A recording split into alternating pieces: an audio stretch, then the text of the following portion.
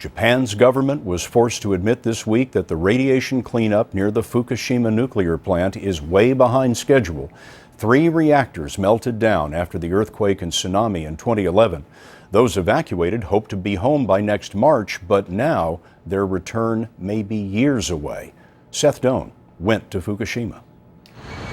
Bags filled with radioactive soil line roadways more than 10 miles from the Fukushima Daiichi nuclear plant.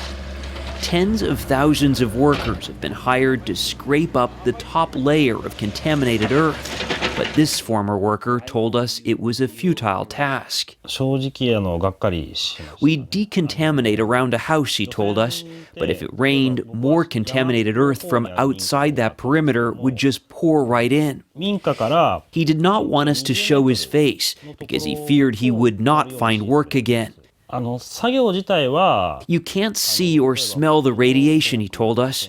At first, you tend to be careful about keeping your protective gear on, but after a while, we became lax and forgot about what a high-risk environment we were working in. Then he learned the subcontractor that hired him was pocketing the government hazard pay he was supposed to receive. He was being paid $15 an hour, but should have made $25. Japan's prime minister has tried to project a positive image of life returning to normal. He even ate fish from Fukushima's waters. But it has not persuaded Satoshi Kamata. He is one of 146,000 nuclear refugees.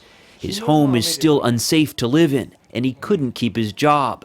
Now he runs a small bar that's a hangout for decontamination workers. You say you're hearing a very different story about the cleanup. What are you hearing specifically? Basically, they can't recruit enough people, he said, so that's why they're plagued by delays.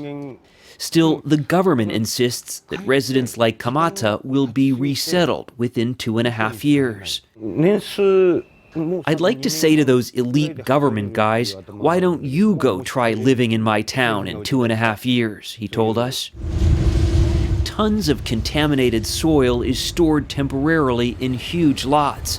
Many towns here don't want it, so the waste, just like the residents, sits in limbo.